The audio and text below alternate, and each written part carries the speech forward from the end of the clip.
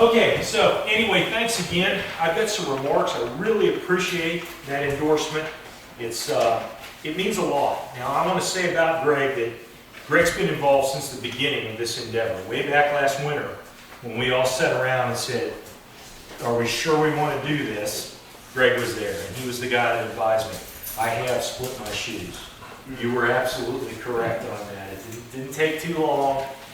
He said it's going to be a hard process. Of course, we had a much different situation back then. But Greg, I appreciate the times you've been available. When I have a question, I call, and he's been phenomenal with helping me. His advice has just been invaluable. Thank you. I appreciate it. I consider you a friend. I want to say, too, that Greg's supporters, part of the reason to have him here for an endorsement, Greg's supporters are very important in this election. We need to make sure they understand the points that Greg just made about how this vote's going to come down. It is different this year. Everybody knows it. It feels different. You look at the signs, and I can assure you that the reaction that I received out there is different than anything I expected. As a conservative, small government kind of guy in the Republican Party, this is a tough area, and it's a lot different. I have people coming up, and when I encounter, and I speak to everybody when I go to an event, I don't care about any fact, whether they look well dressed, whether their race, their gender, I don't care about any of that. I walk up, even if they look too young to vote, I give them a card, and I say, hi, this is who I am, and I'd like to talk to you.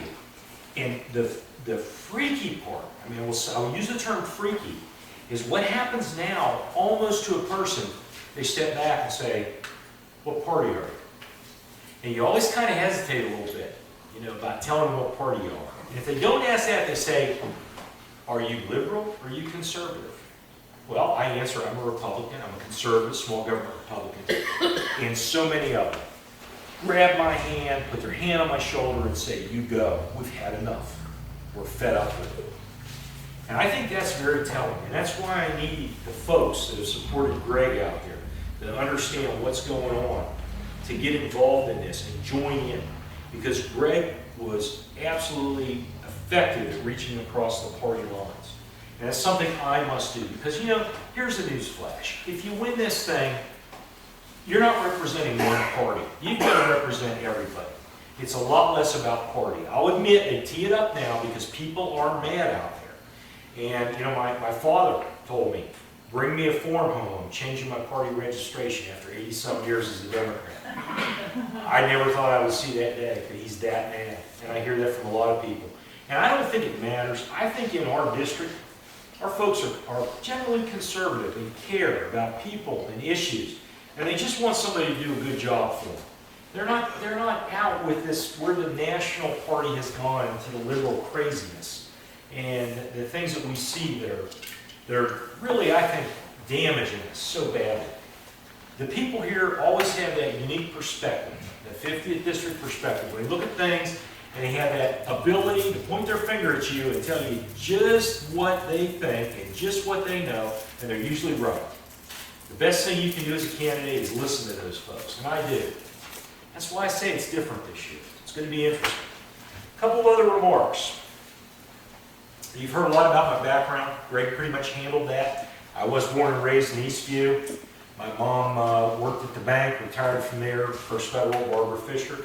Henry Fischer, my father's a retired coal miner. So I've been here, I've been active, I was an outdoorsman. I learned my values here in Greene County. That was the way I was raised. I did a lot of things traditionally kids do, had a good time. It wasn't always good, but I got by. I learned. As I say, I cut my teeth in responsible positions. I went to work on a farm when I was 11 years old. I worked for Glenn Cosgrave. And if any of you knew Glenn Cosgrave, you can imagine what that experience was like, working for him. And I managed to do it for quite a while. And that ethic has stuck with me no matter where I've been in this country and the people I've served. I've always tried to bring honor and respect to that upbringing. I do want to point out there are some striking differences between myself and my current opponent, the lady that was selected, Pam Snyder, to replace Bill DeLeese. Selected, I might add, by the party elites. It wasn't a vote. She was selected and put in there. We knew this was going to happen. We knew the people that could be involved. We knew the agenda. We thought we knew the agenda and it was confirmed. I am different in so many ways. Just as I differ from Obama, I differ from her on many of these issues. Most important is power. I have always been in powerful positions. At some time, at some events, I have had great authority over thousands and thousands of people, where literally I could say what was going to be done, and they would have no choice but to do it. And I've always respected that authority that was given to me, and I've always tried to do a good job with it, and I've never misused it. I don't do that. I don't think you have to be oppressive, overbearing, and force your agenda down people's throats. I try to take a moderate approach. I have heard so many stories since I began this campaign against Pam Snyder. I am shocked. I am absolutely horrified. And I'll go on the record. I go on the record with everything. And I will say that the people, one person comes up and tells you something, you say, whatever. 2 people, 3 people, maybe, maybe not. I have been mobbed at events with horror stories that they are not making up, about the way the political power has crept into decisions about who gets a job, who keeps a job, what your lot in life will be based on your party and your support as a candidate. I'll tell you right now, I don't care if you vote for me or not. If you ever need something, just ask. It's that kind of a world I live in, and I always will. I'm not going to hold your affiliations or your support over your head. That greatly offends me. And again, I can't cite you specific examples and say this occurred or that occurred. But what I get are a number of people coming up to tell me that. And that concerns me. In a position like this, where you have so much authority over money, outcomes, winners, losers, you need somebody that's fair, that's impartial, that wants to do the right thing for the community. I believe I'm that person. I think I can distance myself from all these other factors just because I do not crave power. I respect it. A couple of other things, political aspirations. Come on, when you talk like that, can you really have political aspirations? I'm not going to end up being a governor. I'm not going to be in charge of the Republican Party. That's not going to happen. What I'm going to do is a good job for the voters here. And I fully intend to do that.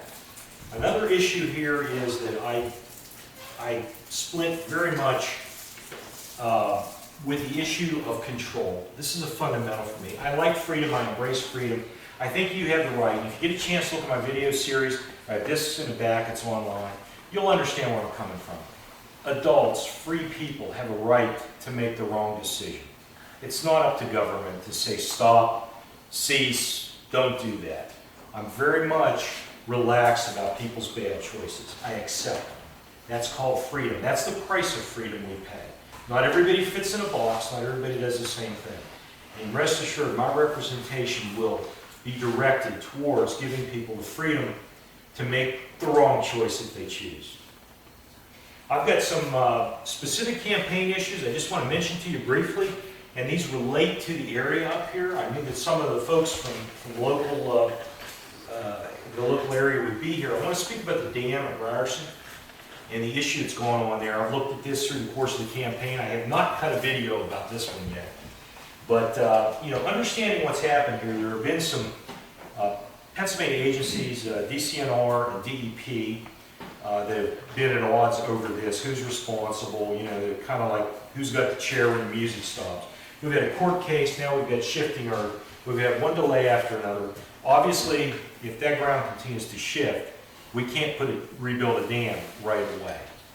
But you can take this to the bank. I did not accept campaign contributions from Consol. I didn't accept it from any of the big industries. I haven't accepted it from government labor unions, and I won't. I'm running a grassroots campaign where people write small checks to me. That way nobody owns me. My opponent, rest assured, I looked. 2010, I have no idea this year, they haven't filed the paper, but has accepted large sums of money from Consol. This issue, if she is elected, will not end well, because she is basically owed to it, owned, whatever term you want to use. I won't do that. And I can tell you on this issue, I learned to fish at Ryerson. I thought that was a great park. I liked it. I want the dam repaired and the lake filled, period. I don't want to hear any more excuses. We didn't have an earthquake. We didn't just suddenly have something settle. They long-walled, it broke it, they need to fix it. I understand the shifting ground, that's the way it is, but it needs to be done. So you can take that to the bank. I'm not going to leave you hanging on that. How long the ground shifts, I don't know. You know, that's engineering, but we'll figure it out.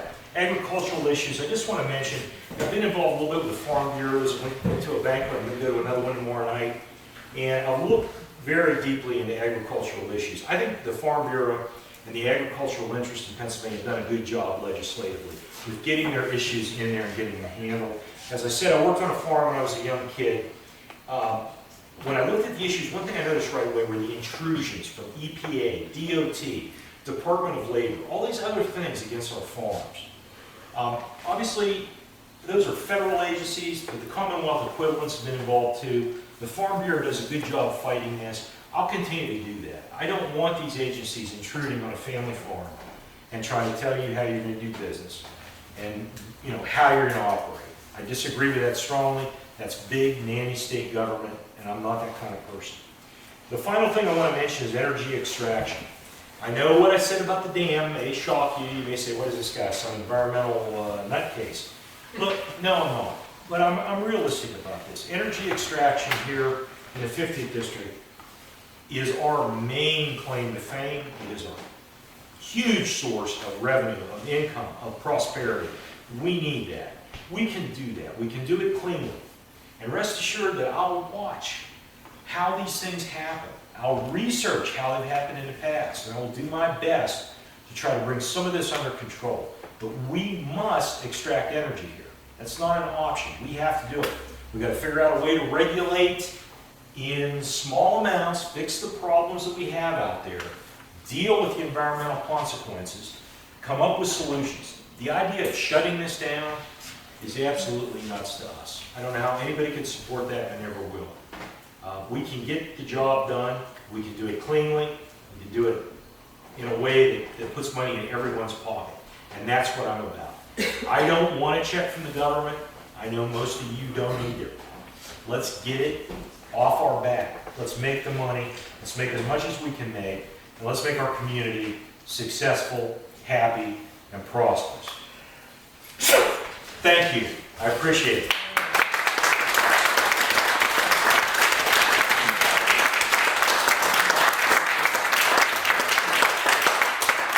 Now that I've insulted my opponent, console, and who knows who else, I'll take some questions from any audience members.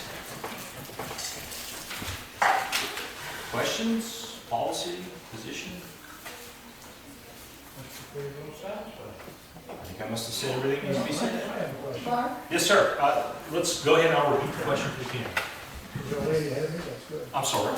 Oh, Mark, pertaining to what Greg said, the article in the Greene County Messenger, there was a three-part article in the Uniontown Herald Standard on that issue, the health issue. 67 counties in Pennsylvania, and Greene County, I think, is 65 with the worst, and Fayette County, 66. The Philadelphia area is 67, the last. Now, the other thing that is not mentioned, nationwide, the cancer issue, Greene County is the second highest in the entire country of 50 states. That is not mentioned. You talk about health, what are we going to do about it? One last thing with respect to the 67 counties in Pennsylvania. There, to my understanding, Greene County is the only one that does not have a shopping mall. Numbers. We got a Walmart though. Finally, how long did it take? For the camera, the question was concerning the recent health study, the cancer rate, and the lack of access to shopping. And it's interesting that you brought that up, because I don't know if you saw my video yet that's online, but I've actually already recorded a video and discussed this. And that's another thing about me. I do discuss everything and put it right out there. I don't have to play secrets. I don't have to hide who I am. I say what it is. This was featured, and it's kind of funny. One of the criteria, I looked at this in depth, proximity to a grocery store within 1 mile was the criteria for deciding if you have access to healthy foods. That's interesting. Now think about that. Think about that. In a rural county, if you don't have access within 1 mile, you don't have access to healthy foods. And that was 20% of the scoring. I took this apart piece by piece on my video. I hope you do watch it. When you get into studies like this, thankfully it's not legislation, it's just a study. You've got to take the elements apart, and this one really has issues. Now it is, on a national level, it is one that's widely used. But there are problems there that are going to affect rural communities. What's interesting is, when you think about that, Philadelphia still scored dead last. Now, what's that tell you? I mean, that's pretty amazing. They also insulted people that are poor in that, I believe, in their criteria. Because it basically suggests poor people do not know how to eat. And I just found that to be offensive. And you know, these studies, you've got to take them with a grain of salt. But listen, I'm a trained researcher. As a legislator, I'll watch for these kind of things. And I will certainly share, you know, the facts as I understand them. Now, the disturbing part's the cancer rate. I don't have an answer. I don't have an answer why our cancer rate is that high. I truly don't. When you look at the water supply, a large part of the county receives its water supply from the Monongahela River, but lots of other communities do as well. And, you know, why us? I don't have an answer for that. I wish I did. I don't know. I know it's probably not the answer you want to hear, but Maybe we need an Aaron Brockovich in the area. we'll see. That's amazing though, isn't it? It We is. need a public Second health department. highest in 50 states. Yeah, This it's area. frightening. And I don't know why. Yes, sir, you have a question? My question was walking around. How does that affect the state budget, and what are you going to do about it? Well, walking around money, I don't, Almost disappeared. yeah, I mean, I'm not sure. We're in such fiscal trouble, and I've talked about this again on my videos in detail about so many different problems. We've really got issues. We're in a negative situation with money.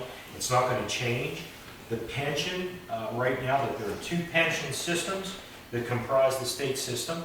We're looking at billions of dollars in increases just in the next 4 years to keep those funded. And the problem is the calculations for this year I just read, they had estimated 7.5% return and they got 3. We're headed to a fiscal cliff. I think that the walking around money has dried up. I think we're in such trouble. I know that I don't like to do business that way. I don't think that's appropriate. It's horrendous. It's heinous. It is. You give a politician who's been in business for 30 years, you give him a pool of money that he can spend as he sees fit without any accountability. Yeah. That's crookedness. You know what has to happen here? We have to send people like me to Harrisburg. People that are willing to just stand up and say, no matter who it offends, and I don't really care who I offend. Wrong is wrong, and I don't mind saying it. Yes, sir, Jim. Hey, Mark, Greg, Governor Corbett's done away with walking around money. They told us that. I knew it was virtually gone. It's effectively gone. Well, you know, makes sense. I knew there wouldn't be any. I mean, they're, like I say, their backs. So it's one of the first things he did away with. Good. I know they changed a lot of things too, legislatively, in the legislature, about the rental cars, the lease cars that some of the legislators were I driving, got away from all those. and you know, changing that around. And one of the things I've been outspoken about is supporting a smaller legislature. We don't need all these people playing all these games. We can do this with less people. We used to have less. We should get back to it. Yes. Greg alluded to the fact that you'll be a freshman going in. Absolutely. Should there be a difference between a freshman pot of money, staff, office expenses, versus a seasoned veteran, a 30-year veteran of the Senate, having more staff, do they not represent the same amount of people? Yeah, but that's not all that determines the staff. That's part of it. But there are other factors, committees that you're on, additional work that you are involved in. There are reasons that this happens the way it does. And unfortunately, what's happened in the past is it comes down to what party is in power as well. And, look, I've been fighting politicians and I've been fighting bureaucrats my entire career. And I fight them over many, many millions of dollars in different capacities that I've worked. I have no problem going up against anyone I have to get what we need here. I will say that I am really fiscally conservative on money. I don't like to waste any of it. I view tax dollars, government dollars, as money that was taken from somebody. You earned it, we didn't. Basically, and that's the way government has to operate. But we have to constrain ourselves within that to do as much with as little as we can, and not abuse that process, because it's easy to do. You've got the power, you can play the game.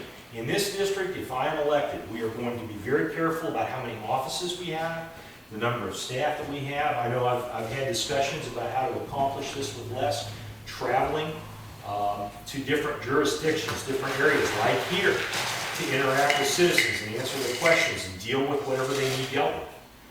I don't have a problem doing that. I intend to do it. I am not going to go to Harrisburg and drop into that rich $200 breakfast lunch lifestyle. I'm not going to do it. It's not me. I'm going to be here working for the people, go there, do what I've got to do, get the business done, and get back here to work on things. I'm looking forward to it. I hope I win. I truly do. Other questions? Sir? Yeah, Mark, with the coal bed methane and natural gas, that's our biggest employer. Yep. In Greene County, Washington County, a good part of it. We have like Alpha Resources, they just laid off 1,200 people. That was mainly up north in their different operations. And when you start talking about the coal bed methane, and you have unions and non-union men both working, in those conditions under the same companies, even. And I guess I just want to make sure what your feelings are, about the union and the non-union, make sure. The workplace. Yeah. Union, non-union workplace. Well, I've been a union officer in the fire department, of course. And my father's a retired UMW lifer. So I've been exposed to this. But one thing I'll say about the union environment, and I've given credit to the UMW on coal mine safety. The UMW were agitating for decades and fighting. When we had mine explosions killing hundreds and hundreds of people, the union stood up and brought attention to this and made it change. So I give the union a lot of credit on defining the way that the safety is conducted in the mines. I work on a little advisory group, an unofficial capacity that's in a non-union operation. And I am aware from those interactions how much they try to comply with the rules. It seems to be that we have a situation where it does work, and they do pretty well. I'm sure it can be better. I understand the differences between the union and non-union operations very well. I can't say that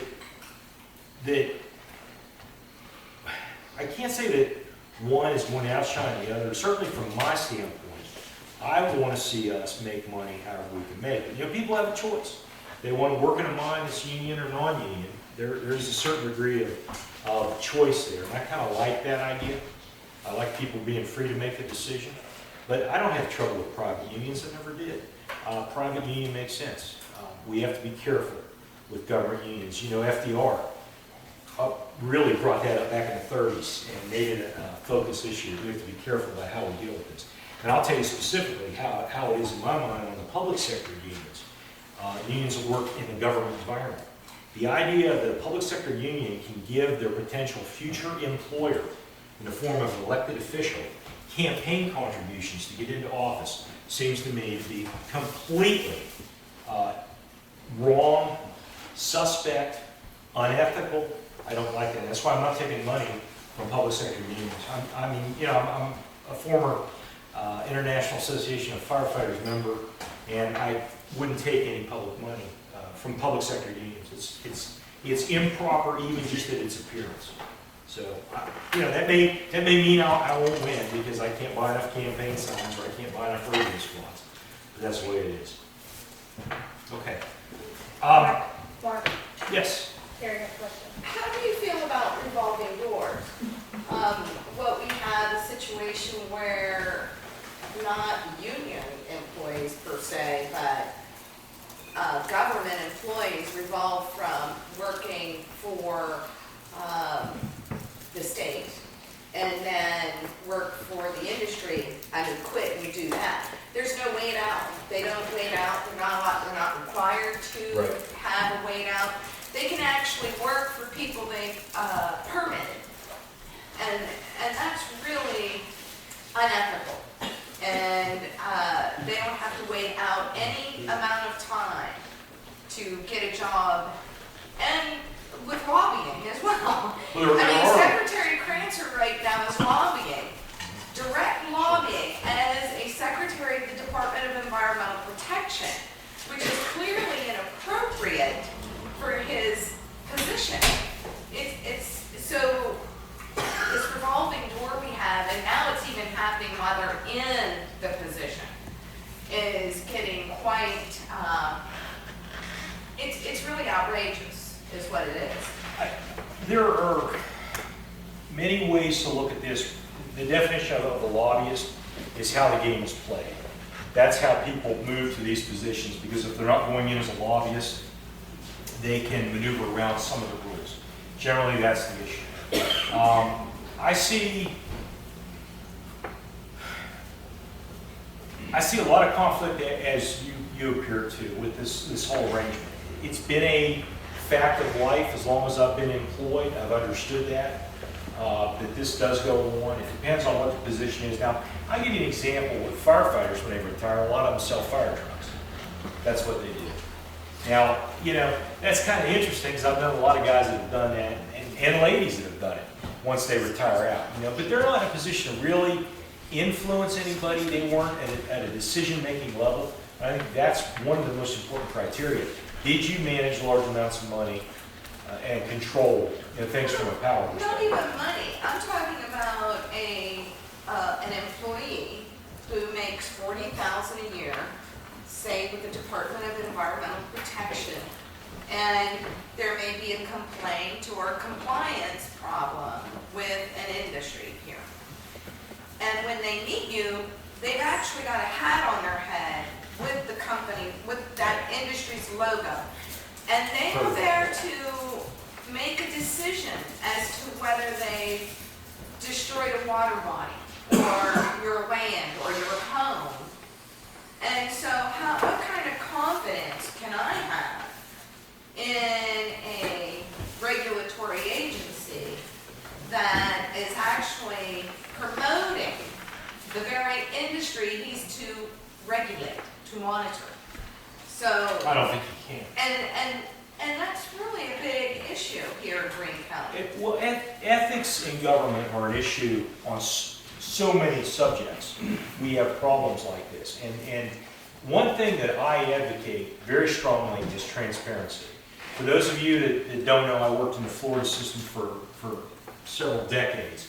And we had something called the Sunshine Law. Now, every state has a version of it, pretty much. But the Sunshine Law, that we were one of the first, we were one of the toughest. In my office, my emails were subject to search on demand from a taxpayer. Anything that didn't involve a criminal incident, a taxpayer could make a request to the city, say, I want to see his emails, and they had to provide them to them. That's the level of scrutiny we had. And I think that in what you're working around, that scrutiny would clear up so many things if we were rigorous in it and we were absolute. And I am. If I win this election, I tell you, I'm working for you, you're my employer. The things I do in my professional capacity will be subject to that kind of scrutiny. It's just the way it has to be. And we have to make sure that our Commonwealth gets to that point in the areas where they're deficient. And I know from other stories that I've heard very similar to what you're bringing up, this is real, it's a real problem. Oh, it's a very real problem. Yeah. I look forward to working on it, and I think we can fix it. And, sunshine is a heck of a disinfectant.